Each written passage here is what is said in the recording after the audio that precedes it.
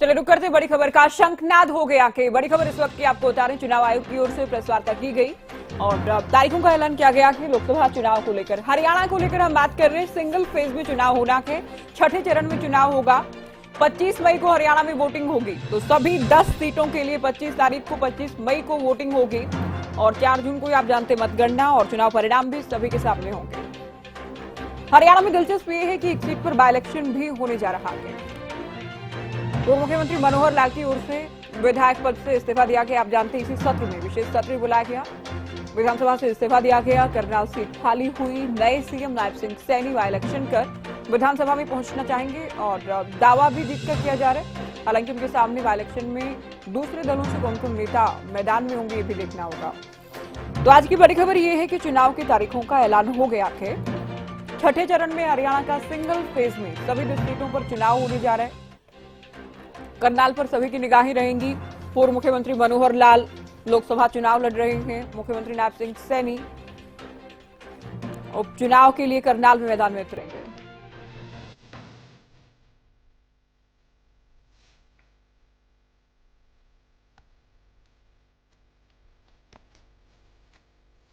तो बड़ी खबर आपको बता रही 7 चरणों में लोकसभा चुनाव होंगे। 19 अप्रैल को आगाज हो जाएगा, 1 तारीख को अंतिम, 1 जून को अंतिम चरण रहेगा, 4 जून को मतगणना चुनाव परिणाम आएंगे। तो देश में आचार संहिता लागू हो गई है क्योंकि आज चुनाव की तारीखों का ऐलान हो गया है। 25 मई को हरियाणा की सभी 10 लोकसभा सीटों के लिए एक साथ एक चरण में मतदान होगा। करनाल में उपचुनाव भी होने जा रहा है, ये भी लोकसभा के वोटिंग वाले दिन ही होगा। 25 तारीख को ही उपचुनाव होगा। तो मनोहर लाल के इस्तीफे के बाद ये सीट खाली हुई थी। सीएम नायब सिंह सैनी मैदान में उतरेंगे। करनाल बाय इलेक्शन में करनाल में जीत हासिल कर विधानसभा पहुंचना चाहेंगे।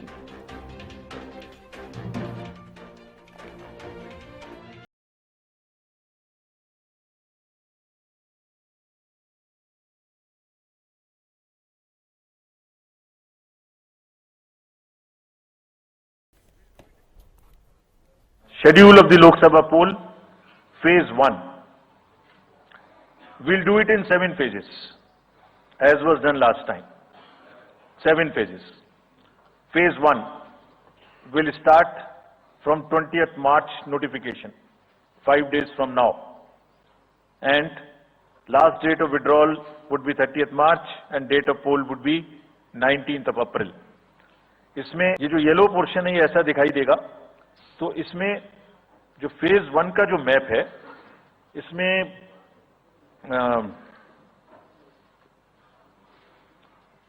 नॉर्थ ईस्ट, नीचे तमिलनाडु, राजस्थान, सेंटर में छत्तीसगढ़, मध्य प्रदेश और उत्तराखंड और ऊपर में जम्मू कश्मीर की 1 पार्लियामेंट्री कॉन्स्टिट्यूएंसी। ये येलो फर्स्ट फेज का आपके सामने में मैप है। सेकंड फेज और फर्स्ट फेज में 21 स्टेट्स जाएंगी पोल में। Second phase notification will start on 28th of March and date of poll will be 26th of April. Similarly here in case of J&K, because of the some holiday, the date of one day would be different, date of security of nomination would be different, but date of gazette notification और date of poll would be common. Phase 1 में 21 राज्य polling में जाएंगे और phase 2 में उसमें से और राज्य जुड़ जाएंगे। So this is the map which would be phase 2, जिसमें हम नॉर्थ ईस्ट में काफी जगह चुनाव को कंप्लीट करते हुए, तमिलनाडु में कंप्लीट करते हुए सेकेंड फेज में राजस्थान को भी कंप्लीट करेंगे। Phase 3 would be from 12th of April and date of poll will be 7th of May. इसमें भी टोटल 12 स्टेट्स उस समय में जा रही होंगी और इस फेज में 3 नए राज्य में चुनाव शुरू होगा। इसका मैप कुछ इस तरह से दिखाई देगा। राजस्थान हम कवर कर चुके होंगे, तमिलनाडु कवर कर चुके होंगे, केरला कवर कर चुके होंगे, गुजरात इसमें कवर कर लेंगे, नॉर्थ ईस्ट पूरा कवर कर चुके होंगे और हम नए राज्यों को मिला के 3 इसमें नए राज्य भी जुड़ेंगे। फोर्थ फेज में 18 अप्रैल को गजट नोटिफिकेशन होगा और date of polling would be 13 May. Date of counting in the entire country would be 4th of June for all by-elections, for the assembly elections, for the parliamentary elections. इसका map कुछ इस तरह का दिखाई देगा। इस समय तक हम इसमें Telangana, Andhra, Orissa would start, and by that time, other than that, entire South India would be complete, entire Western India would be complete, Northeast would be complete.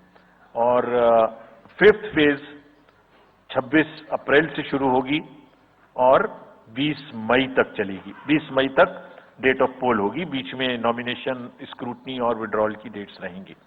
Counting of course is 4th of June. It will look like this, which is in front of you, and phase 5 में 49 constituencies will be going to the poll. Phase 6 में 57 constituencies will go to the poll, starting from the Gazette notification on 29th of April and finishing on 25th of May 2024. इसका map कुछ इस तरह का दिखाई देगा कि मोस्टली यूपी, बिहार। हरियाणा आम आदमी पार्टी के वरिष्ठ उपाध्यक्ष हमारे साथ जुड़ गए हैं अनुराग ढांडा जी। स्वागत है आपका हरियाणा न्यूज पर। जी शुक्रिया। ढांडा साहब, चुनाव की तारीखों का ऐलान हो गया है, कितने तैयार हैं आप लोग? ये जो 25 तारीख का ऐलान हुआ है कि हरियाणा के अंदर वोटिंग होगी 25 मई को, ये दरअसल चुनाव की तारीख नहीं है, ये भारतीय जनता पार्टी की हार की तारीख तय हो गई है। हरियाणा के लोग काफी लंबे समय से इंतजार कर रहे थे कि जिस तरह से ये हरियाणा के किसानों पर अत्याचार करते हैं, जिस तरीके से युवाओं को रोजगार के लिए तरसा रहे हैं, जिस तरीके से अपराध हरियाणा में बढ़ा हुआ है, उसका बदला लेना है भारतीय जनता पार्टी से। उस बदले के लिए इंतजार कर रहे थे और मुझे लगता है कि ये तारीख तय हो गई है अब कि 25 मई को हरियाणा के लोगों का गुस्सा निकलेगा चुनाव के अंदर और भारतीय जनता पार्टी को 10-0 से हरा करके भेजेंगे हरियाणा से। इंडिया जीतेगा, भारतीय जनता पार्टी हारेगी। कुरुक्षेत्र में सुशील गुप्ता है मैदान में, आप लोग जा रहे हैं कैंपेनिंग के लिए, किस तरह का रिस्पॉन्स मिल रहा है? बहुत जबरदस्त रिस्पॉन्स है और लोगों के बीच में एक मैसेज इस बार क्लियर है कि इस बार वोट की दो ही ढेरी है। एक तरफ जो भारतीय जनता पार्टी के अंधभक्त हैं और एक तरफ जो देशभक्त हैं। वोटों का क्लियर डिवीजन है दो ही राउंड्स के अंदर। एक जो भारतीय जनता पार्टी को वोट देंगे, जो अंधभक्त हैं जिनको कुछ और दिखाई नहीं दे रहा, एक जिनको संविधान बचाना है, देश बचाना है, वो इंडिया गठबंधन को वोट देंगे। तो इस स्पष्ट ध्रुवीकरण की वजह से इस बार ये जो चालें चलती थी भारतीय जनता पार्टी वोट काटने के लिए, कभी किसी नेता को वहां से उतार दिया, कभी किसी को टिकट दिलवा दिया दूसरी पार्टी से, वो सारी चालें इस बार फेल हो रही हैं क्योंकि लोग आर पार के मूड में हैं और सीधी टक्कर भारतीय जनता पार्टी और इंडिया गठबंधन के बीच। कांग्रेस और आम आदमी पार्टी हरियाणा में आप लोग एक साथ चुनाव लड़ रहे हैं, दल मिल गए हैं। बहुत बार ये सवाल उठता है कि क्या कार्यकर्ताओं के, क्या जो पदाधिकारी हैं, नेता हैं या फिर वोटर्स हैं जो दोनों पार्टियों में यकीन रखते हैं, क्या उनके दिल मिल पाएंगे? क्या ये आसान होगा? बिल्कुल ग्राउंड पर आकर के देखिए, एक एक कार्यकर्ता, चाहे वो कांग्रेस पार्टी का हो चाहे वो आम आदमी पार्टी का हो, अब वो आम आदमी पार्टी और कांग्रेस के कार्यकर्ता नहीं है, अब वो देश के नागरिक हैं जिनको देश का संविधान और लोकतंत्र बचाना है। ये लड़ाई इसीलिए है। हम आपसी मुद्दे, आपसी विवाद हो सकते हैं 100 तरह के, कई मुद्दों के ऊपर टकराव हो सकता है, लेकिन एक बात को लेकर के हम एकमत हैं कि देश में लोकतंत्र और संविधान रहना चाहिए और उसी की वजह से हम लोग एक साथ आए हैं। इसलिए इस लड़ाई में मन से लगे हैं सारे कार्यकर्ता, चाहे वो। अच्छा, कांग्रेस की तैयारी को कैसे देख रहे हैं? क्योंकि 9 सीटों पर तो कांग्रेस को लड़ना है, लेकिन उम्मीदवारों की लिस्ट अभी नहीं आई है। बीजेपी 6 उम्मीदवार अपने घोषित कर चुके हैं। मैं तो ये सोच रहा हूं कि भारतीय जनता पार्टी ने भी हमको यहाँ कैंडिडेट अनाउंस किए हुए 15 दिन से ज्यादा का समय हो गया। भारतीय जनता पार्टी ने इस बीच में अपना मुख्यमंत्री भी बदल लिया, लेकिन कुरुक्षेत्र से लड़वाना किसको है ये उनको समझ नहीं आ रहा है। अच्छा, इनेलो से आ गए हैं अभय चौटाला। अभय चौटाला के आने से आप क्या मान रहे हैं, कितनी मजबूत ये फाइट रहने वाली है?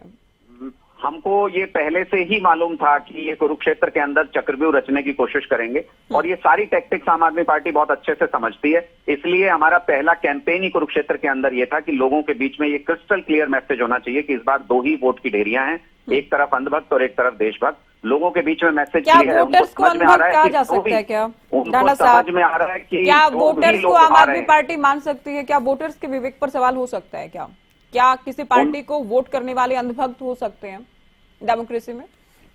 नहीं, तो निश्चित तौर पे जिनको देश का संविधान और लोकतंत्र नजर नहीं आ रहा है, निश्चित तौर पे वो कुछ लोग ऐसे हैं जिनको आंख बंद करो तो मोदी नजर आता है, खुलो तो मोदी नजर आता है, तो उनको हम अंधभक्त कहते हैं। इसलिए वो अंध भक्तों को उनकी भक्ति मुबारक। लेकिन इस बार देशभक्त इकट्ठे हो गए हैं, तो इस बार उनकी चलेगी नहीं। इस बार चुनाव के अंदर सारे देशभक्त एकजुट हो गए, इसलिए उनकी चलेगी नहीं। ये अच्छा, अभय चौटाला बीजेपी जी तो को ये भी कहती है उतारिए कि या किसी और कैंडिडेट को भारतीय उतारिए जनता वोट पार्टी काटने ये के कहती लिए, है वो कि इस बार सारे मैसेज है। विरोधी दल जिनकी कोई विचारधारा मेल नहीं खाती है, सिद्धांत मेल नहीं खाते हैं, वो भी मोदी के डर से एक हो गए हैं, बुखलाहट में एक हो गए हैं, चुनाव में हार के डर से एक हो गए हैं। क्या कहेंगे? लेकिन ज्योति जी, मुझे तो ये जानकारी है कि एनडीए के अंदर ज्यादा दल हैं और इंडिया गठबंधन के अंदर कम दल हैं। क्या मेरी जानकारी सही नहीं है? बिल्कुल सही है आपकी जानकारी। तो फिर आप इसका मतलब इंडिया गठबंधन के डर से वो सारे लोग इकट्ठे हो गए, मोदी नहीं, जी जो इतने बीजेपी कमजोर हो कहती है गए कि वो उनको। एनडीए के घटक दल हैं, करीब 40 से आप लोग 2 दर्जन से ज्यादा हैं, लेकिन आप लोग एक दूसरे के खिलाफ भी तो पहले खड़े रहे ना।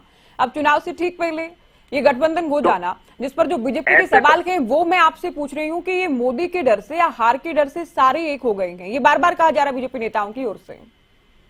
मैं वही आपसे पूछना चाहता हूं कि क्या ये कहना सही नहीं होगा कि मोदी जी इतने कमजोर हो गए हैं कि उनको 40 अपने साथ घटक दलों की जरूरत पड़ रही है चुनाव लड़ने के लिए? क्या ये कहना सही नहीं होगा कि कई सारी जगहों पे, चाहे वो बिहार के अंदर हो, चाहे वो महाराष्ट्र के अंदर हो, चाहे वो अन्य जगहों पे हो, जहां जिन पार्टियों के साथ चुनाव लड़ी है भारतीय जनता पार्टी, उनको अब अपने घटक दल में लिए बैठे हैं, उनको अपने साथ लिए बैठे हैं। तो ये तो भारतीय जनता पार्टी भी वही कर रही है। ये प्रोपेगेंडा इस बार चलेगा नहीं, क्योंकि लोगों के बीच में क्रिस्टल क्लियर मैसेज है कि पाकिस्तानी जो घुसपैठिए हैं वो तो दिल्ली के अंदर प्रदर्शन कर सकते हैं, और जब किसान जाता है दिल्ली में प्रदर्शन करने तो उसके ऊपर लाठियां और गोलियां चलाई जाती हैं। तो इस बार तो यही देखना है हमको कि पाकिस्तान समर्थित जो पाकिस्तानियों का समर्थन करती है वो भारतीय जनता पार्टी को लोग वोट करेंगे, या जो किसानों के ऊपर गोलियां चला रही है उस भारतीय जनता पार्टी के खिलाफ लोग वोट करेंगे। इस बार लोगों के बीच में मैसेज बिल्कुल क्लियर है। अच्छा, मैं तो हरियाणा का बता चुनाव से सकता हूं। ठीक पहले जो राजनीतिक उलटफेर हुआ कि ढाना साहब, जेजेपी को जिस तरह से बाहर का रास्ता दिखाया कि बीजेपी ने, उसे कैसे देख रही है आम आदमी पार्टी? मुझे तो लगता है कि इनको समझ नहीं आ रहा था कि जेजेपी को साथ में रखेंगे तो ज्यादा नुकसान होगा या जेजेपी को छोड़ देंगे तो ज्यादा नुकसान होगा। 9.5 साल के बाद अगर किसी पार्टी को लोकसभा चुनाव से ठीक पहले मुख्यमंत्री बदलना पड़े तो वो बहुत ही साफ संदेश है कि उन्होंने एक्सेप्ट कर लिया कि 9.5 साल फेलियर से भरे हुए थे।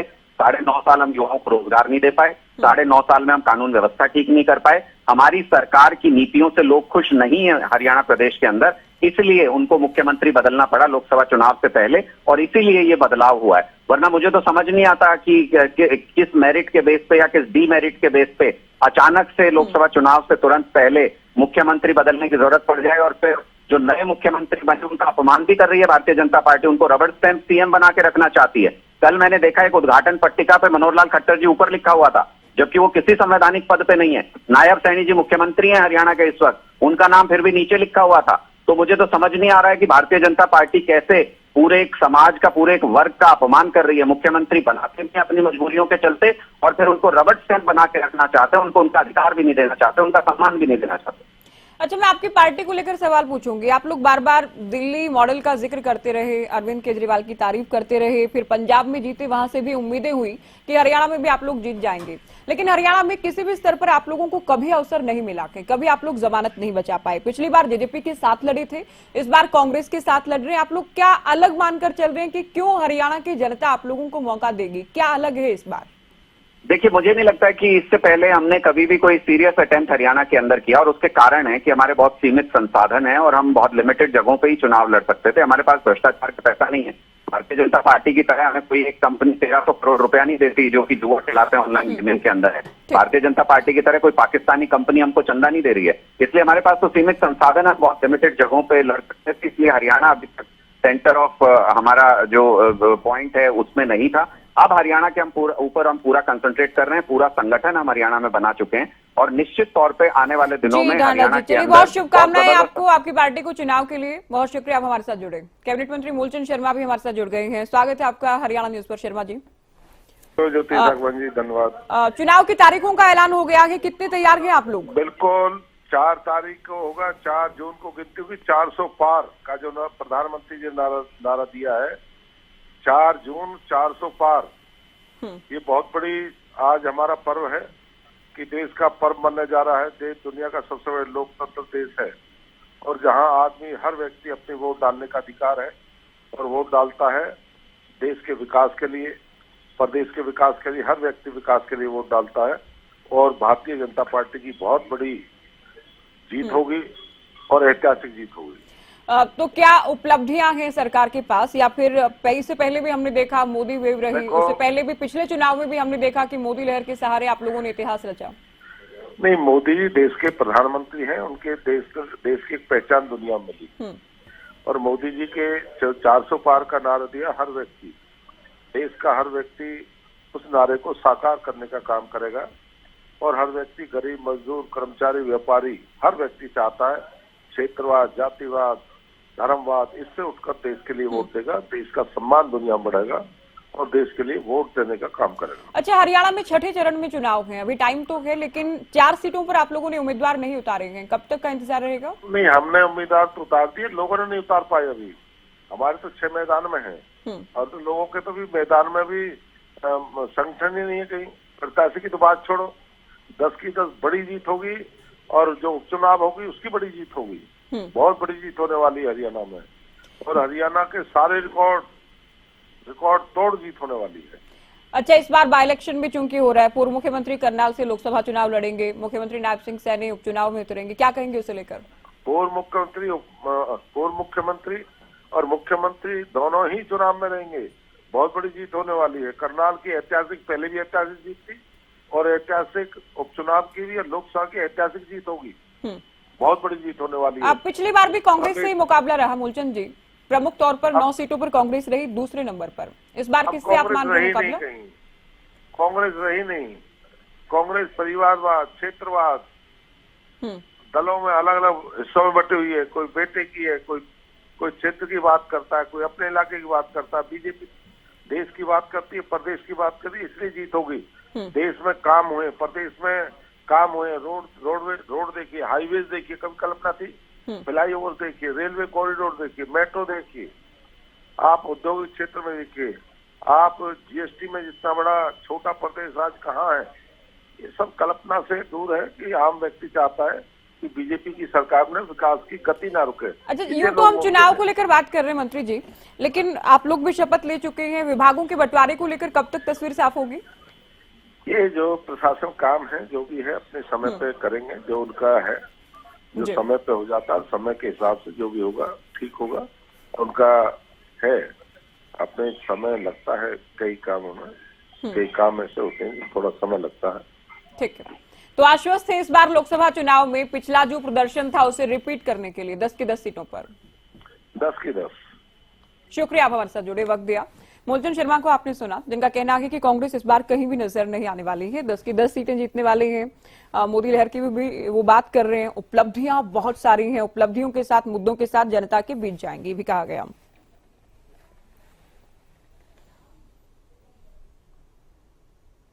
आइए रुक कर लेंगे बड़ी खबर का।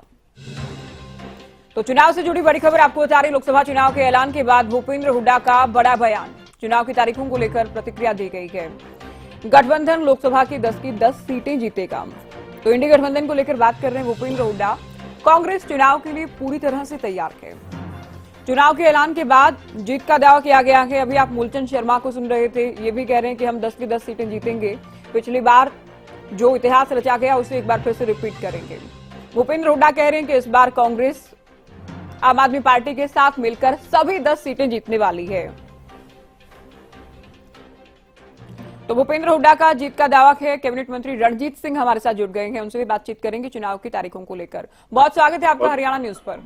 बहुत धन्यवाद मैडम। चुनाव की तारीखों का ऐलान हो गया है। भूपेंद्र हुड्डा भी कह रहे हैं रणजीत जी कि 10 की 10 सीटें इस बार आम आदमी पार्टी के साथ मिलकर कांग्रेस जीतेगी, बीजेपी का भी अपना दावा, क्या कहेंगे? जी देखिए मैडम, कोई बात का पीछे बेस होता है, आधार होता है। मैं तो इस करके कहूंगा कि हमने 2000 उसमें भी जीती, 2014 में भी जीती, 2019 में भी बीजेपी जीती थी, और 2024 में भी जीती थी।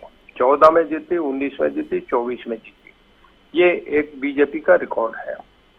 जबकि कांग्रेस ने पिछली बार भी 10 की 10 आ रही, और 19 में उनकी एक सीट आई, 9 बीजेपी ले ली। उनके साथ लगे इसमें हिमाचल में हम सारी जीते, राजस्थान में सारी जीते, मध्य प्रदेश, गुजरात में सब सीटें जीती। उत्तर प्रदेश में हमने उन्हें कांग्रेस को 2 सीटें आई। बिहार में वो कहीं थे ही नहीं, एक सीट भी उनकी नहीं थी। दिल्ली में 7 हम जीते। मुझे पता नहीं किस बात पे कह रहे हैं, सोच के कहना चाहिए जब आप कहीं है ही नहीं तो जब कोई ग्राउंड ही नहीं है तो फिर किस बात पे कह रहे हैं। वोट उनके साथ नहीं। कांग्रेस की वो स्थिति हो रही है जो 1970 में थी, तब कोई टिकट लेने को तैयार नहीं था। आज भी कोई टिकट लेने को, सिरसा में भी कोई टिकट लेने को तैयार नहीं है। जी नहीं, पिछली बार की बात करें, हिसार के अलावा हर जगह दूसरे नंबर पर रही कांग्रेस पार्टी। रोहतक का हमने देखा, दीपेंद्र हुड्डा ने बहुत अच्छा चुनाव लड़ा, वहाँ अच्छा मुकाबला रहा। बड़े बड़े नेताओं को मैदान में उतारा गया, तमाम दिग्गज हरियाणा के मैदान में थे कांग्रेस के। केरला में एक बार एक वोट से सरकार बची थी, एक वोट से सरकार जीती थी। एक बार सीपी जोशी एक वोट से हार गए थे, चीफ मिनिस्टर बनने से रह गए थे, एक वोट से चुनाव आ रहे थे। देखिए सवाल ये नहीं आता, 10 में से रिजल्ट तो ये आता है, रिजल्ट आने के बाद कोई ये नहीं देखता 50,000 से जीत के आए क्या 50 वोट से जीत के आए। जीत जीत है, हार हार है। हम 10 के 10 जीते थे, हम 14 में भी जीते और 19 में भी जीते। अब इसका कोई जवाब है तो उनसे पूछ लो। रणजीत जी, काफी अनुभव आपका है हरियाणा की राजनीति में। जो दल बदल जो कि हर बार होता है, इस बार भी हमने देखा हिसार से मौजूदा सांसद कांग्रेस में चले गए हैं ब्रिजेंद्र सिंह, जिनकी घर वापसी हो गई है। तो जैसे जैसे लिस्ट आएंगे हम ये मानकर चलें कि दल बदल तो इस बार भी होगा, उसका आप कितना असर मान रहे हैं इस बार के चुनाव? ये मैडम हर जगह होता है, पर देखिए वोट मिलते हैं किसी लीडर को उनकी इच्छा की है। कभी कांग्रेस के होते थे, कांग्रेस के नाम के वोट मिलते, इंदिरा गांधी को मिलते थे। एक ऐसा वक्त आया था जब जेपी मूवमेंट आया था, जयप्रकाश के नाम के वोट थे। बिल्कुल। एक उसके बाद 1989 में एक ऐसा वक्त था जब देवीलाल और वीपी सिंह के नाम के वोट थे। और आज जो है पिछले 10 साल से हम ये देख रहे हैं कि केवल मोदी साहब के नाम का वोट है। कहीं भी खड़ा कर दो, यहाँ से उठा के हरियाणा के आदमी राजस्थान से एमपी बन गए, हरियाणा का आदमी गाजियाबाद में जाके एमपी बन गया। कांग्रेस की ये हालत है कि न वायनाड जाके लड़ना पड़ रहा है। जब रायबरेली अमेठी भी सेफ नहीं तो कांग्रेस कहाँ है? आप मुझे इस बात का जवाब। क्या ये आम आदमी पार्टी के साथ मिलकर कोई कमाल कर पाएंगे हरियाणा में? आम आदमी पार्टी पिछले दोनों चुनाव में दिल्ली में तो एक सीट जीते नहीं, यहाँ क्या असर डालेंगे पता? ये साथ के साथ उनसे गई है। अच्छा, इनेलो को कैसे देख रहे हैं रणजीत जी? अभय चौटाला कुरुक्षेत्र से चुनाव लड़ रहे हैं लोकसभा का, क्या कहेंगे? देखिए, जो देवीलाल बहुत बड़े डेमोक्रेट थे, उनके घर में हर कोई अपना अपने डेमोक्रेसी में कोई काम करता है। हम घर के 5 मेंबर हैं। हाँ। और पांचों ही हम विधानसभा में पूरे देश में कहीं भी इतने नहीं है। बिल्कुल। और उसके बाद हम अलग अलग बिना पार्टी के जीत के आए हैं। तो हमारा अपना भतीजा कहीं चुनाव लड़े, तो देवीलाल ने कह रखा है सबसे बड़ा चैनल तो वहां जाके चुनाव लड़ रहा है, जीतेगा हारेगा तो लोग तय करेंगे। अभी तो चुनाव ही नहीं शुरू हुआ, सामने कैंडिडेट ही नहीं है, तो मैं इस पे क्या कहूँ। जेजेपी को चुनाव से ठीक पहले अलग राहें दिखा दी गई है भारतीय जनता पार्टी हाईकमान की ओर से, तो उनका क्या भविष्य देख रहे हैं लोकसभा चुनाव में? देखिए, लोग तय करेंगे, ये मैं नहीं कह सकता। मैं तो ये कह सकता हूँ कि भारतीय जनता पार्टी 10 की 10 सीट जीतेगी। चलिए, बहुत शुक्रिया आप हमारे साथ जुड़े। सभी 10 सीटें भारतीय जनता पार्टी जीतने वाली है। वरिष्ठ कैबिनेट मंत्री रणजीत सिंह को आपने सुना, इनका कहना है कि कांग्रेस कहीं भी मुकाबले में नहीं है। पिछली बार का ये कह रहे हैं कि अगर हम ये कह रहे हैं कि 10 की 10 सीटें जीतेंगे तो हमारे पास एक ग्राउंड है, वो पिछली बार वाला चुनावी प्रदर्शन है। तो अभय चौटाला को लेकर भी हमने बात की, जेजेपी को लेकर भी इनकी ओर से प्रतिक्रिया दी गई। तो चुनाव की तारीखों का ऐलान हो गया है। हरियाणा के पूर्व मुख्यमंत्री और नेता प्रतिपक्ष भूपेंद्र हुड्डा का ये कहना है कि 10 की 10 सीटें कांग्रेस आम आदमी पार्टी के साथ मिलकर हरियाणा में जीतने वाली है। सुनिए। आचार संहिता लग गई है, तारीखों का ऐलान 25 मई को हरियाणा में मतदान है और 4 जून को नतीजे। किस तरीके से देखते हैं? और आचार संहिता लगी, इसी वास्ते तो सरकारी गाड़ी भेज दी उन्हें और नाम लड़ेंगे। किस तरीके से पूरे देश में 10 की 10 सीट तो लड़ेंगे लोकसभा का, और एक बाई इलेक्शन है असेंबली का करनाल का, वो भी लड़ेंगे। पूरे देश में माहौल किस तरीके से देखते हैं? एक तरफ तो बीजेपी अपने बड़े दावे कर रही है और कांग्रेस को लेकर किस तरह की तैयारियां हैं? क्या कांग्रेस पूरी तरह तैयार है, इंडिया ब्लॉक जो है पूरी तरह तैयार है, और जो दावे तो करते ही है दावे। तो भूपेंद्र हुड्डा को आपने सुना, जीत का दावा कर रहे हैं हुड्डा। तो बड़ी खबर आपको बता दें कि चुनावी तारीखों का ऐलान हो गया है। इस बार भी 7 चरणों में चुनाव होने जा रहे हैं। हरियाणा की बात करें, इस बार भी हरियाणा में भी सिंगल फेज में चुनाव होगा। 6ठे चरण में हरियाणा में मतदान होगा। लोकसभा चुनाव के साथ साथ करनाल में उपचुनाव भी होगा। करनाल विधानसभा में, करनाल के हलके में, तो लोकसभा चुनाव के साथ साथ एक सीट पर उपचुनाव हरियाणा में होने वाला है। 4 जून को वोट काउंटिंग और 4 तारीख को ही चुनाव परिणाम आएंगे। तो 4 जून को परिणाम आएंगे। तमाम दल जो दावे कर रहे हैं उस बात से पर्दा उठेगा कि किसके दावे चुनावी परिणाम में तब्दील हो पाते हैं। तो चुनावी शंखनाद हो गया है, काउंटडाउन शुरू हो गया है, उल्टी गिनती शुरू हो गई है।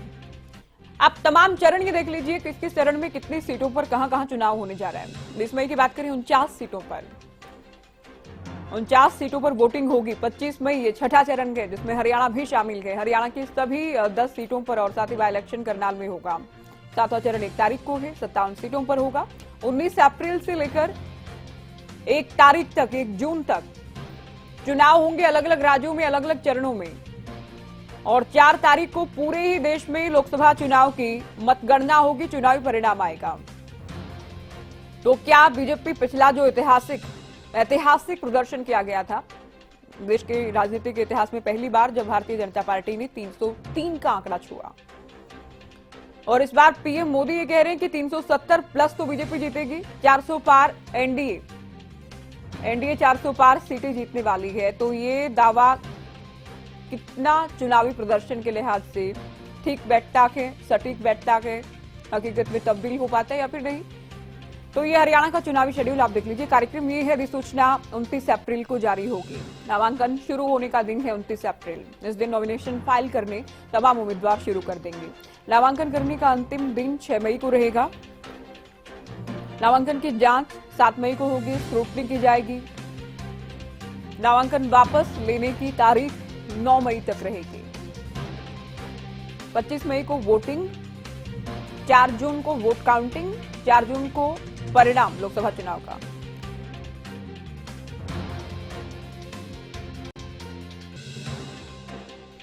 चलिए सीधे आपको ले चलते हैं। हमारे पॉलिटिकल एडिटर अमित तिवारी इस वक्त हमारे साथ लाइव जुड़ गए हैं। अमित, चुनाव तारीखों का ऐलान हो गया है। चुनावी तारीखों के ऐलान के साथ साथ तमाम नेताओं से हमने बात की, अलग अलग दलों से। सभी का ये दावा है कि जीत हम हासिल करने वाले हैं। लेकिन पिछले प्रदर्शन की तुलना में आप कहां देख रहे हैं तमाम दलों को? 10 की 10 सीटें भारतीय जनता पार्टी ने जीती थी, मुकाबले में कांग्रेस थी, और अन्य दल हम बात करें बीजेपी, हिसार के अलावा हर जगह जमानत जब्त, इनेलो की बात करें हर जगह जमानत जब्त थी। तो पिछली बार में और इस बार में क्या अंतर आप देख रहे हैं अमित तमाम पार्टियों में? देखिए ज्योति जी, आपने लगातार सभी मंत्रियों से भी बात की है। सरकार में जो अभी कैबिनेट मंत्री, हालांकि उन्हें विभाग नहीं मिले हैं और विभागों का इंतजार भी रहा, और विस्तार के लिए आज पूरे दिन 2 मुद्दे महत्वपूर्ण रहे। एक तो विस्तार के लिए जो दिन भर चर्चा चलती रही, और दूसरा चुनाव आयोग की तारीखों का इंतजार लोगों को रहा। तो ऐसे में देखिए, आपने भी बात की है, दावों प्रतिदावों का दौर शुरू हो गया है। जो सरकार में शामिल हैं निश्चित रूप से वे भारतीय जनता पार्टी की बड़ी जीत का दावा करेंगे, और जो दूसरे विपक्ष के लोग हैं, चाहे आम आदमी पार्टी एक ही सीट पे खड़ी है, लेकिन अनुराग ढांडा जिस प्रकार का दावा कर रहे थे वो 1 सीट का ही दावा कर रहे हैं। हालांकि उनके सहयोगी जो हैं वो अभी तक 9 सीटों पर चुनाव मैदान में अपने उम्मीदवार नहीं उतार पाए हैं। यह एक बड़ी चुनौती कांग्रेस के लिए भी है, और देखिए भाजपा के लिए निश्चित रूप से है, क्योंकि उनकी भी 4 सीटें अभी बाकी हैं। वहां भी उनका मंथन और माथापच्ची चल रही है कि किसे मजबूत उम्मीदवार उतारा जा सके। लेकिन देखिए, सबसे अहम बात है ज्योति, आपने एक बड़ा सवाल उठाया है कि हरियाणा में इस समय किसकी स्थिति मजबूत है, कौन कमजोर है, कौन कौन से पायदान पर है। तो मैं सबसे बड़ी बात यही है कि भारतीय जनता पार्टी ने पिछली बार 10 लोकसभा क्षेत्रों में कमल का फूल खिलाया था, और उस समय जैसे आप बता रही हैं कि कांग्रेस की स्थिति जो है वो 9 सीटों पर दूसरे नंबर पर थी, और 1 सीट पर जेजेपी ने भी दूसरे नंबर पर आई थी, और इनेलो की हालत सबके सामने ही थी, क्योंकि उस समय वो ताजा ही उनमें दोनों में जो है वो दरार पैदा हुई थी और जेजेपी टूटकर अलग बनी थी। अब अगर बात करें तो इस समय देखिए, सबसे ज्यादा जो कमजोर स्थिति मैं मानकर चल रहा हूं, इसमें तो इनेलो और जेजेपी में कोई खास अंतर नहीं है। हालांकि देखिए, जो गठबंधन टूटने के बाद जेजेपी के प्रति लोगों की निराशा तो बढ़ी है, निश्चित रूप से उनके कार्यकर्ताओं का मनोबल भी नीचे गिरा है। जिस स्थिति में गठबंधन टूटा उससे तो यही लगता है। और कांग्रेस की बात की जाए तो कांग्रेस अब पूरी तैयारी के साथ जो है मैदान में उतरना चाहती है, लेकिन उसे मोहरे नहीं मिल रहे। कौन से उम्मीदवार के ऊपर अपना विश्वास जताया जाए, तो उनको 9 सीटों पर मंथन चल रहा है। अभी तक मंथन ही चल रहा है, कई दिनों से चल रहा है। हालांकि एक सुखद बात जो कांग्रेस के लिए और तमाम दूसरे दलों के लिए भी जो अब तक पूरे उम्मीदवार नहीं उतार पाए हैं, कि हरियाणा में जो है 6ठे चरण में 25 मई को चुनाव होना है। तो निश्चित रूप से उनके लिए समय काफी मिल अमिताभ गया बने है। रहिए हमारे साथ, बने रहिए, रुक करेंगे आपका। इससे पहले एक बड़ी खबर बता देते हैं हम अपने दर्शकों को। भूपेंद्र हुड्डा से कांग्रेस नेता राज बब्बर ने मुलाकात की। राज बब्बर का नाम लगातार इस बात को लेकर सुर्खियों में है कि हरियाणा में कांग्रेस उन्हें मैदान में उतार सकती है, लोकसभा चुनाव लड़ सकते हैं राज बब्बर। सूत्रों के हवाले से खबर लगातार सामने आ रही थी। तो राज बब्बर और भूपेंद्र हुड्डा की मुलाकात हुई है, हुड्डा आवास पर मुलाकात हुई है। दोनों नेताओं के बीच लोकसभा चुनाव को लेकर चर्चा हुई है। तो ये बड़ी खबर, बड़ी जानकारी दिल्ली से आपको दे रहे हैं। अपराजिता हमारे संवाददाता इस वक्त दिल्ली से हमारे साथ फोन लाइन पर जुड़ गए हैं। हुड्डा से मिले राज बब्बर। अपराजिता, क्या कुछ मतलब और मायने इस खबर के, इस मुलाकात के? जी बिल्कुल, देखिए ज्योति, चूंकि लोकसभा चुनाव नजदीक है, आज डेट अनाउंस हो चुके हैं, तो कोई भी मुलाकात अहम हो जाती है, लोकसभा चुनाव के मद्देनजर हो जाती है। बिल्कुल आज दिल्ली निवास पर भूपेंद्र हुड्डा से मुलाकात की है कांग्रेस के नेता राज बब्बर ने। साथ ही देखिए इस मुलाकात में पूर्व विधानसभा के अध्यक्ष कुलदीप शर्मा भी मौजूद थे। साथ ही कांग्रेस नेता रावदाल सिंह, करण दलाल एवं जितेंद्र भारद्वाज भी मौजूद थे। उनके आवास पे ये बैठक हुई है। साथ ही देखिए कहा जा रहा है सूत्रों के हवाले से कि गुरुग्राम लोकसभा सीट से कांग्रेस पार्टी राज बब्बर का नाम पर विचार कर रही है। तो संभवतः इन्हीं सब चीजों को लेते हुए जो मुलाकात हुई है, अब क्या कुछ रहेगा आगे, क्या कुछ रहता है वो आगे मालूम पड़ेगा। और बिल्कुल देखिए कहीं ना कहीं आज स्क्रीनिंग कमेटी की बैठक थी कांग्रेस की। हालांकि जो स्क्रीनिंग कमेटी की बैठक है कांग्रेस की, वो बहुत ही सीक्रेटली की जा रही है। आप जिस व्यक्ति से बात कर रहे हैं उसने आपकी कॉल को चलिए, बहुत शुक्रिया अपराजिता, पूरी जानकारी आप दे रही थी। तो राज बब्बर और भूपेंद्र हुड्डा में मुलाकात हुई है। खबर ये है कि गुरुग्राम लोकसभा को लेकर चर्चा की गई। अमित हमारे साथ लगातार जुड़े हैं। अमित, हम बात कर रहे थे कि किन किन को मैदान में उतारा जाए, कौन से चेहरों को, इसको लेकर लगातार मंथन कर रही कांग्रेस पार्टी। राज बब्बर का नाम भी चर्चा में है। राज बब्बर अगर आते हैं तो कितनी मजबूती कांग्रेस को मिल सकती है? देखिए, जैसे ज्योति अभी लगातार हम भी चर्चा कर रहे हैं और पिछले कई दिनों से ही ये चर्चाओं का दौर जारी है और इसी बीच राज बब्बर का नाम भी आ गया था सामने कि कांग्रेस उन पर भी भरोसा जता सकती है किसी भी सीट पर। तो देखिए, सुटेबल उम्मीदवारों की, मजबूत उम्मीदवारों की और खासतौर पर एक बड़ा चेहरे के रूप में उतारा जाए, तो यह सभी की कोशिश है। बीच में रोहतक सीट पर भारतीय जनता पार्टी की ओर से रणवीर हुड्डा जो अभिनेता है, उनका नाम भी चला। तो ऐसे में सभी चाहते हैं कि कोई बड़ा चेहरा जो है उनके साथ उतरे। आज अनुराधा पौंडवाल ने पार्श्व गायिका रही हैं और उन्होंने भी भाजपा ज्वाइन की है। वे भी हो सकता है किसी चुनाव मैदान में उतरने की तैयारी रखती हों। और ऐसे में ही राज बब्बर की मुलाकात के भी खास मायने हैं। जिस तरह से अभी हमारी संवाददाता जो अपराजिता बता रही थी कि किस तरह से जो चल रहा है, तो मंथन, तो ऐसे में देखिए भारतीय जनता पार्टी के लिए एक सुखद स्थिति है कि पिछली बार उसने 10 सीटों पर चुनाव जीता था हरियाणा की, और अभी भी 6 उम्मीदवारों का ऐलान उसकी ओर से किया जा चुका है। लेकिन जब भी सर्वे आ रहे हैं, जितने भी सर्वे आ रहे हैं, एक बात तो तय है ज्योति कि रोहतक के साथ साथ सिरसा सीट को जो है वो कमजोर पॉइंट से देखा जा रहा है, उसे कमजोर माना जा रहा है। और इसी वजह से यह बड़ी वजह रही कि सुनीता दुग्गल का टिकट कटा और अशोक तंवर को मिला। और अशोक तंवर की बात भी करें तो देखिए 2 चुनाव वे पहले हारे थे। 2014 में वे प्रदेशाध्यक्ष रहते हुए हारे, 2019 में भी हारे, और 2019 में उनकी जीत का जो हार का मार्जिन था वो 3.25 लाख के आसपास वोटों का रहा था। तो ऐसे में अब वे पाला बदल कर आए हैं और आम आदमी पार्टी से आए हैं, तो उनके लिए भी चुनौतियां हैं। तो जो उम्मीदवार आए हैं उन सबके लिए चुनौतियां निश्चित रूप से है। अगर कुरुक्षेत्र में जाएंगे तो वहां भी चुनौतियां उन उम्मीदवारों के लिए रहेगी अलग अलग। तो भारतीय जनता पार्टी की भी जीत जो है बिल्कुल क्लीन स्वीप जो है वो नहीं मिलने जा रहा। दावे जरूर है लेकिन टक्कर जो मजबूत से रहेगी, मुकाबले कई जगह कांटे के भी देखने को मिलेंगे। क्लीन स्वीप जो है हर सीट पर नहीं नजर आ रही है। जी बिल्कुल, देखिए टक्कर जरूर होने जा रही है। और करनाल को लेकर हम बात कर रहे थे अमित, इससे पहले भी करनाल पर सबकी निगाहें रहेंगी क्योंकि मुख्यमंत्री विधानसभा का उपचुनाव लड़ने जा रहे हैं, साथ ही पूर्व मुख्यमंत्री लोकसभा के चुनाव के लिए मैदान में होंगे।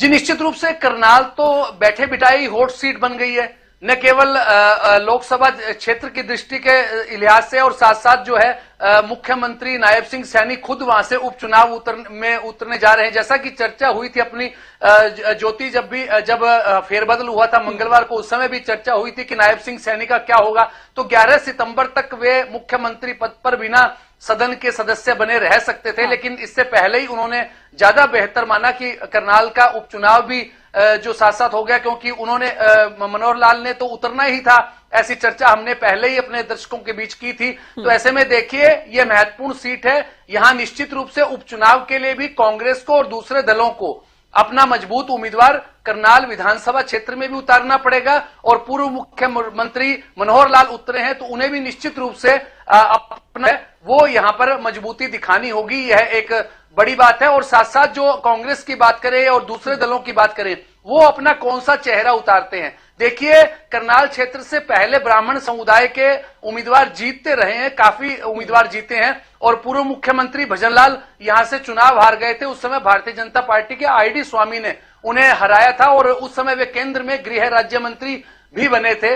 तो यह सीट जो है करनाल, इसने रोमांचक जो मुकाबले देखे हैं और चौंकाने वाले परिणाम दिए हैं। तो निश्चित रूप से मनोहर लाल सीट से उतरे और करीब 6 लाख वोटों के अंतर से पिछली बार संजय भाटिया ने यह सीट जीती थी। देश की सबसे बड़ी जीत थी। ज्योति, आपने भी पूरा उस चुनाव को कवर किया था उस समय भी, तो उस समय ये बड़ी जीत थी। लेकिन इस बार मनोहर लाल क्या उसी जीत के मार्जिन को रिपीट कर पाते हैं, या उनके विरोधी कांग्रेस में कौन से उम्मीदवार आते हैं जो उन्हें बड़ी जबरदस्त टक्कर देंगे? इसमें क्या भूमिका उनके जो अभी तक सहयोगी रहे जेजेपी वाले, उनकी क्या भूमिका रहेगी? इनेलो का कौन चेहरा उतरता है वहां से? तो ऐसी तमाम बातें हैं, देखने वाली बात होगी। लेकिन यह तय है कि मनोहर लाल यहां से मजबूत उम्मीदवार हैं करनाल लोकसभा क्षेत्र, इसमें कोई दो राय नहीं है। और बाकी जो है उम्मीदवारों के ऐलान के बाद और ज्यादा तस्वीर क्लियर हो पाएगी। जी ज्योति, अलग अलग पार्टियों की चूंकि हम बात कर रहे हैं अमित, जेजेपी काफी कमजोर स्थिति में नजर आ रही है, क्योंकि पिछली बार युवाओं को एक तरह से उम्मीद थी, कुछ अलग हुआ कि बार बार कहा गया कि हम पुराना लोकदल पीछे छोड़ आए हैं, जो पहले होता रहा वो यहाँ नहीं होगा। बहुत तरह की ताऊ देवीलाल की कहा गया कि विरासत को हम आगे लेकर बढ़ रहे हैं। लेकिन बीजेपी के साथ रहे, गठबंधन में रहे, चुनाव होने से ठीक पहले बीजेपी ने अलग राहें कर ली गई। तो इसका क्या और कितना इम्पैक्ट आप देख रहे हैं? लगता है कहीं मुकाबले में हो सकती है जननायक जनता पार्टी?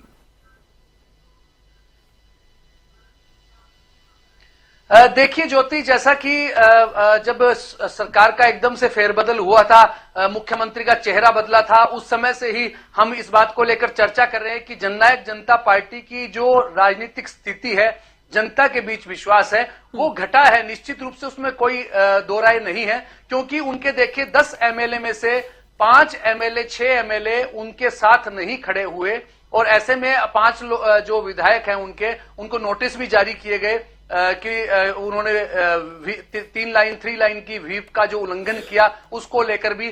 तो ऐसे में देखिए, ना विधायकों का उनके साथ है पूरी तरह से, और एक तरह से जैसे पहले चर्चा में भी कहा है मैंने लगातार कि जो विधायक जो जीते थे जननायक जनता पार्टी के, वो उनका अपना एक राजनीतिक कद था, एक मजबूती थी। जिन जिन क्षेत्रों में, चाहे देवेंद्र बबली की बात करें, बराला में जो सुभाष बराला थे उनका विरोध था, और जो देवेंद्र बबली थे वहां टोहाना में मजबूत थे, इसलिए वे भी वो चुनाव जीते सरलता से, और 50,000 का मार्जिन था। वो जेजेपी की टिकट पर जीते, इसलिए उनका मार्जिन नहीं था, उनका व्यक्तिगत वहां से मार्जिन वो रहा जीत का। और इसी तरह से अगर दूसरे इलाकों की बात करें तो वहां भी वो विधायक जीते, चाहे रामकरण काला की बात करें, वहां कृष्ण बेदी के खिलाफ माहौल था, इसलिए उन्हें जीत मिली।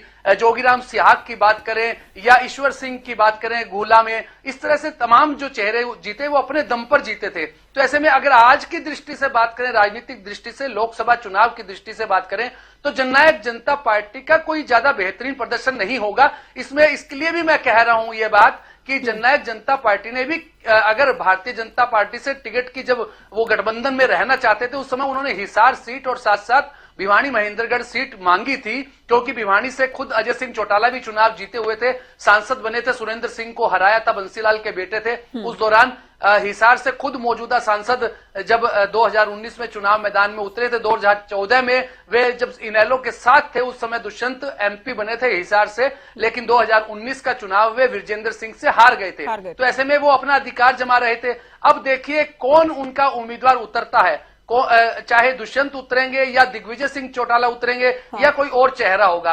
तो इससे स्पष्ट हो पाएगी। और दूसरी कोई भी सीट ऐसी अभी तक नजर नहीं आ रही जहां दुष्यंत की पार्टी जननायक जनता पार्टी कोई करिश्मा कर पाएगी, ऐसी उम्मीद कम है। बिल्कुल। अच्छा, अमित, कांग्रेस पर आते हैं। अभी हुड्डा को सुन रहे थे अमित, हुड्डा कह रहे हैं 10 की 10 सीटें जीतेंगे। रणजीत कह रहे हैं क्या ग्राउंड है इनके पास, कोई आधार भी तो होना चाहिए दावा करने का। तो आप क्या मान रहे हैं? अभी तक जो लिस्ट नहीं आई है, मेरा सवाल ये है, क्या बहुत सारे नाम इनके पास हैं कि किसी मैदान में उतारा जाए, या फिर नेता चाहते ही नहीं कि लोकसभा चुनाव में आए, बड़े नेता विधानसभा चुनाव ही सीधा लड़ना चाह रहे हैं? जी ज्योति, बिल्कुल आपने राजनीतिक समीकरणों को समझा है और कांग्रेस की अंदरूनी जो फूट है वो भी आपने कई बार इस मंच पर चर्चा भी की। हरियाणा न्यूज में हमने भी कई बार उनके नेताओं से सीधी बातचीत की है। तो देखिए, सही स्थिति तो यही है कि कोई बहुत बड़ी, बहुत लंबी चौड़ी फहरिस्त जो उम्मीदवार टिकटार्थियों की वहां कांग्रेस के दरबार में हो, कांग्रेस हाईकमान के सामने हो, उनकी जो स्क्रीनिंग कमेटी है उसके सामने हो, तो ऐसा नहीं है।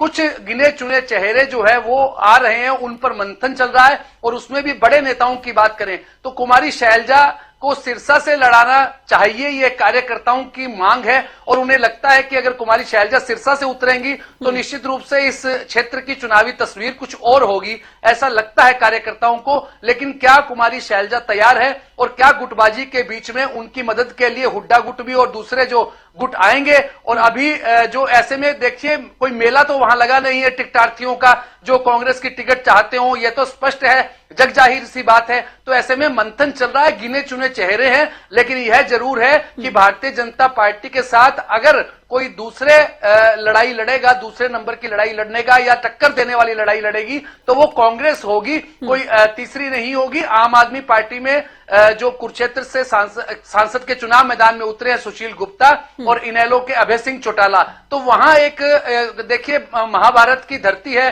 कृष्ण के गीता संदेश की धरती है। तो निश्चित रूप से वहां महाभारत जो है वो दिलचस्पी भरी देखने को मिलेगी। लेकिन हर अमित देखिए, अभी तक कुरुक्षेत्र एक ऐसी सीट है अमित, एकमात्र ऐसी सीट है जिस पर अभी तक 2 उम्मीदवार सामने आ चुके हैं। 2 उम्मीदवार के अभय आ गए हैं, साथ ही सुशील गुप्ता हैं गठबंधन के तहत। तो एक बड़े नेता हैं जिनको लेकर चर्चाएं हैं कि हो सकता है कि वो भारतीय जनता पार्टी में जाए, हालांकि तस्वीर अभी साफ नहीं हो पाई है। तो वहां किस तरह का मुकाबला आप देख रहे हैं? देखिए ज्योति, आपने कुरुक्षेत्र की बात छेड़ी है। निश्चित रूप से मैंने कहा कि महाभारत की धरती है और इस महाभारत पर निश्चित रूप से दृष्टि रहेगी। अभी तो उम्मीदवारों को लेकर ही मंथन चल रहा है, जैसा कि आपने बताया कि एक बड़े चेहरे पर मैं नाम भी बता देता हूं कि जो वैश्य समुदाय से हैं और 2 बार जो सांसद पहले रहे भी नवीन जिंदल, लेकिन 2 बार वे पराजित हुए हैं। 2014 में भी उनको पराजय का सामना करना पड़ा और 2019 में भी वे चुनाव मैदान से में नहीं डट पाए, टिक नहीं पाए। और ऐसे में वहां देखिए 2 बार का जो खेल हुआ है उसमें भारतीय जनता पार्टी ने निश्चित रूप से वहां करिश्मा करने का काम किया है। लेकिन अब वो नहीं अपना, अब जैसे अशोक तंवर बदल के आए हैं अपना चेहरा, और क्या वे भारतीय जनता पार्टी की रीति नीति आचार व्यवहार में ढल पाएंगे? अभी अशोक तंवर के लिए भी यही बात है। और यही बात जो है, अगर नवीन जिंदल आते हैं तो क्या वे आचार विचार व्यवहार रीति नीति भाजपा की उसमें ढल पाएंगे? यह सबसे बड़ी और अहम बात है।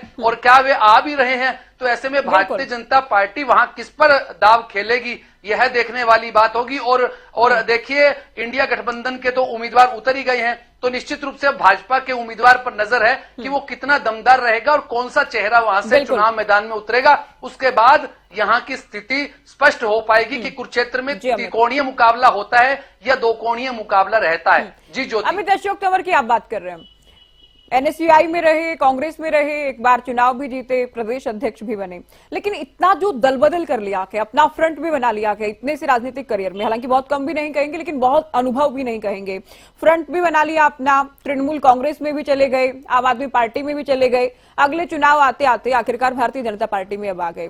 तो क्या लगता है कि विश्वसनीयता कायम रख पाएंगे और लोगों में क्या कुछ संदेश है इस बात को लेकर सिरसा में? देखिए, सबसे बड़ी बात है कि एक बड़ी कंस्टिट्यूएंसी सिरसा लोकसभा क्षेत्र 19 लाख के करीब जो मतदाता हैं वो भविष्य निर्धारित करेंगे किसी उम्मीदवार का।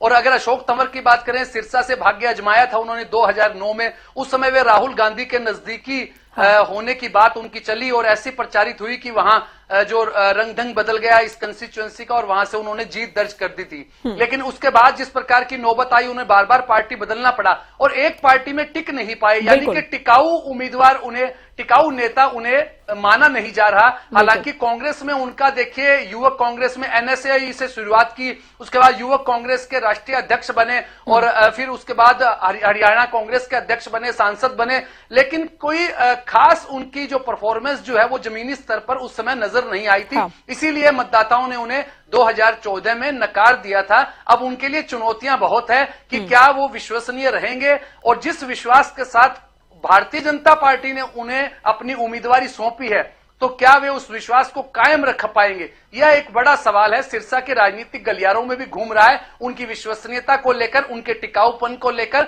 और खासतौर पर जो मनोहर लाल ने कहा था कि मेरे भांजे हैं और भांजा को टिकट दे दिया, लेकिन भांजी का टिकट कट गया। वो सुनीता दुग्गल के साथ भी यही बात थी कि उनका ऑफिसर स्टाइल जो था वो लोगों को रास नहीं आ रहा था। काम में कोई कमी नहीं थी, रेले लाने के लिए और वहां दौड़ भाग करने के लिए बड़ी कोशिश की, लेकिन जनता से जुड़ाव नहीं रख पाई। और ठीक इसी तरह का व्यवहार अशोक तंवर का पहले रहा था, जिसे लोगों ने नकार दिया था 2014 में भी और 2019 में भी। तो उस 2 बार की लगातार हार को क्या जीत में बदल पाएंगे अशोक तंवर? और उनके लिए चुनौतियां बहुत है ज्योति। मैं वैसे जैसे पहले उनकी टिकट का अनाउंस हुआ था उस समय भी मैंने कहा था कि रणजीत सिंह मौजूदा सरकार में कैबिनेट मंत्री है, हालांकि अभी विभाग नहीं मिला है, लेकिन उनके साथ भी उनके जो है सींग फंसते रहे थे जब वे कांग्रेस में थे। और यहाँ अगर बात करें, सिरसा के विधायक हैं और गोपाल कांडा, उनके साथ भी कोई ज्यादा तालमेल नहीं बैठा था। इसके अलावा अगर बात करें तो बाकी संगठन के तौर पर जो लोग यहाँ सक्रिय हैं, भारतीय जनता पार्टी की जो पुरानी सूची के पदाधिकारी हैं, उनके साथ वे कैसे तालमेल रखेंगे? क्योंकि अभी तक तो वो 2-4 महीने पहले तक तो कोस से थे भाजपा को, अब नई परिपाटी में आए हैं, नए रंग रूप में आए हैं, और एलनाबाद उपचुनाव में उन्होंने इनेलो के अभय सिंह चौटाला की मदद की थी। तो ऐसी तमाम चीजें उनके साथ हैं। तो इतिहास तो देखिए साथ चलता ही है, उसमें कोई दो राय नहीं है। अब इतिहास बदलने के लिए क्या वे अपनी जो तमाम लोगों से संपर्क कर पाएंगे? तो उनके लिए भी बड़ी चुनौती है सिरसा। बिल्कुल एक चुनौती उनके सामने रहेगी। राकेश कुमार हमारे साथ जुड़ गए हैं, अमित, उनका रुख करते हैं, राजनीतिक विश्लेषक हैं। स्वागत है आपका हरियाणा न्यूज पर। राकेश जी, आज चुनाव की तारीखों का ऐलान हो गया, आवाज मिल रही है आपको? जी बिल्कुल। मोदी जी कहते हैं कि बीजेपी 370 पार, एनडीए 400 पार। इंडिया गठबंधन भी कह रहा है कि बीजेपी को सत्ता से बाहर का रास्ता दिखाना है। कैसे देख रहे हैं तमाम दलों की दावेदारी को? देखिए ज्योति जी, राजनीति के अंदर हर एक पॉलिटिकल पार्टी का मुख्य उद्देश्य होता है कि वो किसी भी तरीके से चुनाव को जीते। तो जब तक अपनी जीत को आप चुनावी वादों में या चुनावी सभाओं में नहीं बताएंगे तो कोई भी जनता आपको वोट नहीं देगी। लेकिन जनता जनार्दन है, जनता चाहे किसी को भी चुनाव जिता सकती है और जनता किसी को भी चुनाव हरवा सकती है। ये सभी पॉलिटिकल पार्टीज के अपने अपने आंकड़े हैं। लेकिन चुनाव आयोग ने अब चुनावों का जो डेट्स हैं वो फाइनलाइज कर दी हैं। 7 चरणों में चुनाव होगा। 1 जून को लास्ट वोटिंग होगी और 4 जून को वोटिंग्स का रिजल्ट आएगा, पूरे देश में काउंटिंग होगी। तो अब ज्यादा समय नहीं रह गया है, लेकिन बस इतना है कि विपक्षी दलों को अभी तक अपनी रणनीति को और तेज करना पड़ेगा। और बीजेपी जिस तरीके से जो चुनाव के अंदर उम्मीदवारों को नॉमिनेट कर चुकी है, सभी अपनी तैयारियों में लग गए हैं, तो विपक्ष को भी चाहिए कि वो भी सभी कैंडिडेट्स को चुनाव की घोषणा करें कि कौन कौन किस कैंडिडेट किस सीट से लड़ेगा। और साथ के साथ ही विपक्ष कहीं ना कहीं या INDIA गठबंधन एक PM चेहरे की भी घोषणा करे कि वो किसको बीजेपी के अगेंस्ट, माननीय मोदी जी के अगेंस्ट चुनाव में PM कैंडिडेट के तौर पर प्रोजेक्ट कर रहे हैं, ताकि लोगों का भी विजन क्लियर हो सके। और जिस तरीके से जो आरोप प्रत्यारोप हैं ये हमेशा लगते आए हैं, लगते रहेंगे, क्योंकि आरोप लगाना पॉलिटिकल पार्टीज का एक बहुत ही बेसिक चीज है, क्योंकि बिना आरोप लगाए चुनाव जीते नहीं जाते। आप कोई मुद्दा देख रहे हैं ऐसा विरोधी दलों के पास, क्योंकि अभी तो कोई बहुत बड़ा मुद्दा जनता तक पहुंचा नहीं पाए सरकार के खिलाफ? देखिए ज्योति जी, मुद्दे बहुत हैं, लेकिन विपक्ष कहीं ना कहीं उन मुद्दों को पहुंचाने में, जनता तक लाने में विफल रहा है। आप देखें कि बीजेपी ने 2 करोड़ नौकरियों की बात की थी, कांग्रेस पार्टी 30 लाख नौकरी की बात कर रही है। ये मुद्दा लोगों तक जाना चाहिए। बीजेपी ने कहा कि हमने इतने लोगों को गरीबी रेखा से ऊपर उठा दिया, लेकिन आज भी 80 करोड़ लोगों को मुफ्त में जो अनाज अनाज है वो दिया जा रहा है। तो ये भी एक देखने की बात है। और अभी अभी इलेक्टोरल बॉन्ड का एक बहुत बड़ा इशू विपक्ष के पास आया है, लेकिन विपक्ष कहीं ना कहीं धरातल पे दिखाई नहीं दे रही, और जब तक विपक्ष धरातल में दिखाई नहीं देगी, लोगों तक अपनी बात को पहुंचाएगी नहीं, तो वो कैसे जीतेगी। और आप देखें कई प्रदेश ऐसे हैं जिन प्रदेशों में अभी तक INDIA गठबंधन ये निर्णय नहीं ले पाया कि कितनी सीटों पे बड़ी पार्टी लड़ेगी और कितनी सीटों पे क्षेत्रीय पार्टी लड़ेगी। तो आप देखिए चुनावों की जो वो डेट्स हैं फाइनलाइज होने के बाद भी अभी तक सीट्स फाइनलाइज नहीं हुई अपोजिट पार्टी की। तो ऐसा चुनाव जो है वो कहीं ना कहीं मुझे लगता है कि वो सीधे तौर पे बीजेपी को वो जीत की जो वो चाबी है वो ना सौंप दे, इसको भी बहुत तेजी से अपनी वर्तमान स्थिति अब जब हालांकि अभी चुनाव बदलेगा, माहौल बदलेगा जैसे जैसे तारीखें करीब आएंगी, लेकिन बीजेपी मजबूत नजर आ रही है और ये संभावना पूरी दिख रही है कि हैट्रिक तो लगाएगी, लेकिन नंबर्स कितने मिलेंगे, आंकड़ा क्या रहेगा, वो देखने वाली बात होगी। अगर हम कांग्रेस की बात करें, क्या पिछली बार के मुकाबले खुद की तुलना में अच्छा कर पाएगी कांग्रेस, ऐसी कोई संभावना? ज्योति जी, स्वाभाविक तौर पे है कि जो पार्टी सत्ता में होती है कहीं ना कहीं उसको ज्यादा उसके प्रभाव रहता है वोटर्स के बीच में। वो अलग अलग की घोषणाएं भी कर सकती है, जैसे कि अभी बीजेपी CAA लाई है तो उससे भी कहीं ना कहीं इफेक्ट आएगा, जिस तरीके से उन्होंने कई घोषणाएं कर दी हैं। बाकी ये है कि जिस तरीके से 400 पार का आंकड़ा कहा जा रहा है, मेरा जो अपना अनुमान है कि NDA 325 के आसपास आ सकती है और कांग्रेस की स्थिति पहले से बेहतर रहेगी, इतना मेरा अनुमान, व्यक्तिगत मेरा अनुमान। चलिए, शुक्रिया आपका हमारे साथ जुड़े, और अमित आपका भी बहुत शुक्रिया, बातचीत आपने की, तमाम सीटों को लेकर, हरियाणा को लेकर हमने चर्चा की। तो तारीखों का ऐलान हो चुका है, शंखनाद हो चुका है, तमाम दलों ने अपनी अपनी तैयारियां तेज कर दी हैं, सभी की अपनी जीत की दावेदारियां। फिलहाल दीजिए।